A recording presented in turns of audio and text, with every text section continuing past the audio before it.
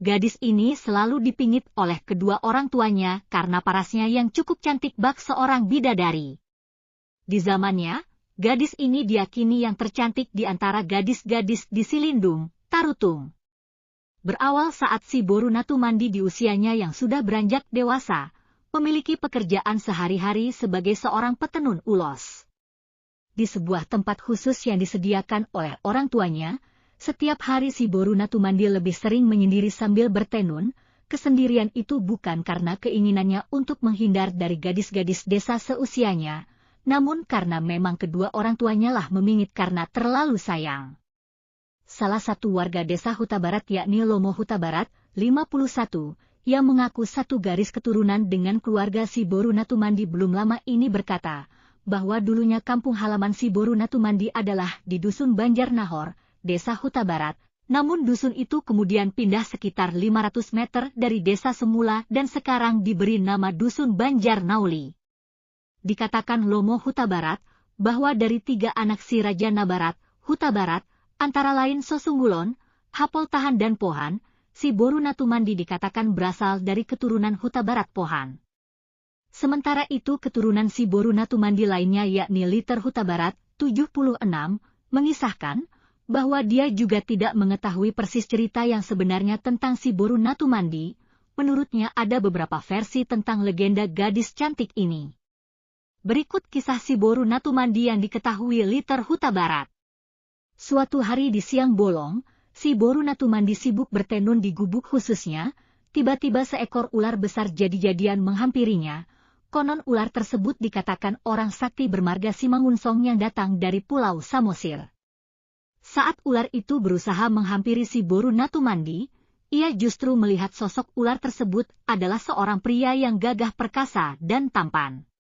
Saat itulah, sang ular berusaha merayu dan mengajak si Borunatumandi untuk mau menikah dengannya.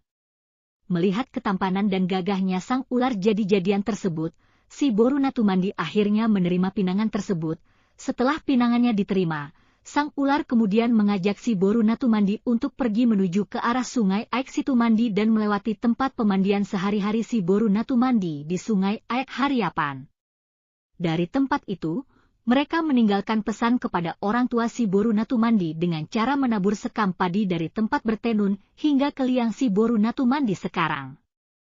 Pesan sekaligus tanda itu artinya agar bapak, ibu dan semua keluarga mengetahui kalau dia telah pergi dan akan menikah dengan seorang pria, di mana sekam padi tersebut bermakna sampai di mana sekam ini berakhir, disitulah si Borunatumandi berada.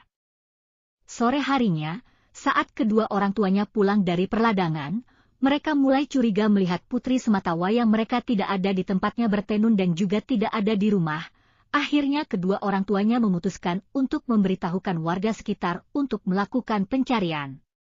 Melihat sekam padi yang bertaburan bak sebuah garis pertanda dan tak kunjung ditemukannya si Borunatumandi hingga keesokan harinya, akhirnya taburan sekam di tepi sungai Aek Situmandi dan berujung di sebuah liang gua yang hanya berjarak sekitar 500 meter dari kampung halaman si Borunatumandi. Diyakini kalau si Borunatumandi menikah dengan seekor ular.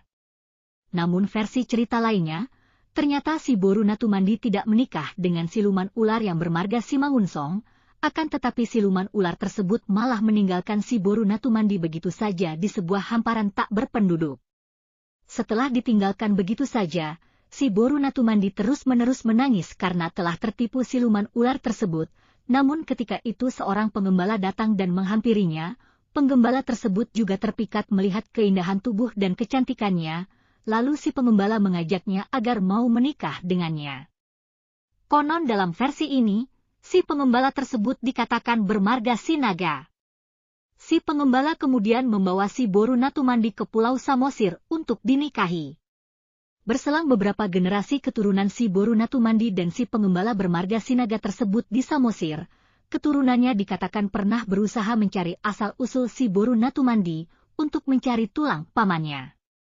Usaha pun dimulai dengan menyeberangi Danau Toba dengan sebuah perahu kayu menuju kota Tarutung dengan membawa sejumlah makanan khas adat Batak. Namun sesampainya di Sipoholon, kota sebelum Tarutung saat ini, ada keturunan Huta Barat Pohan bermukim di sana, yakni dari keturunan Raja Nabolon Donda Raja.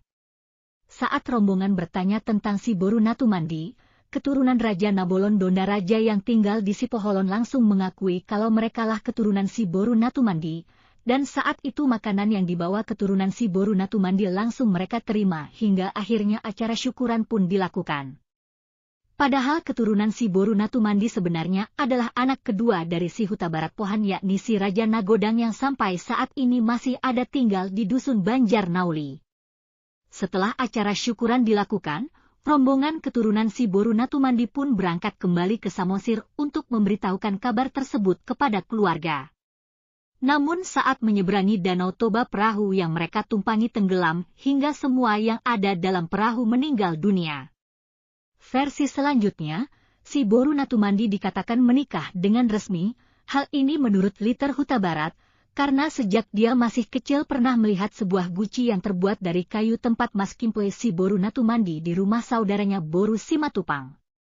Saat itu, Boru Simatupang mengatakan kepada Liter Huta Barat bahwa guci tersebut adalah tempat Mas Kimpoe si Boru Natumandi. Guci tersebut konon memiliki sejarah tersendiri, di mana isi guci tersebut hanya dipenuhi kunyit yang suatu saat akan berubah menjadi kepingan batangan emas. Hal ini diberikan dan dipastikan keluarga suami si Boru Natumandi yang memiliki kesaktian, dan selanjutnya kepada kedua orang tuanya diminta untuk tidak membuka guci tersebut sebelum 7 hari 7 malam. Akan tetapi, orang tua si Boru Natumandi melanggar permintaan tersebut. Setelah kedua orang tuanya membuka guci itu, ternyata kunyit tersebut sudah mulai berubah menjadi batangan emas murni. Nasib sial pun dialami kedua orang tua si Boru Natumandi kala itu. Tatkala usia orang tua si Boru Natumandi beranjak ujur, akhirnya mereka menimbun emas tersebut di Dolok Siparini, masih di desa Huta Barat, karena takut akan menjadi bahan rebutan bagi adik-adiknya dan keluarganya, dari pihak laki-laki, suatu saat nanti, sebab banyak di antara keluarganya yang mengetahui tentang kisah guci ini. Selesai.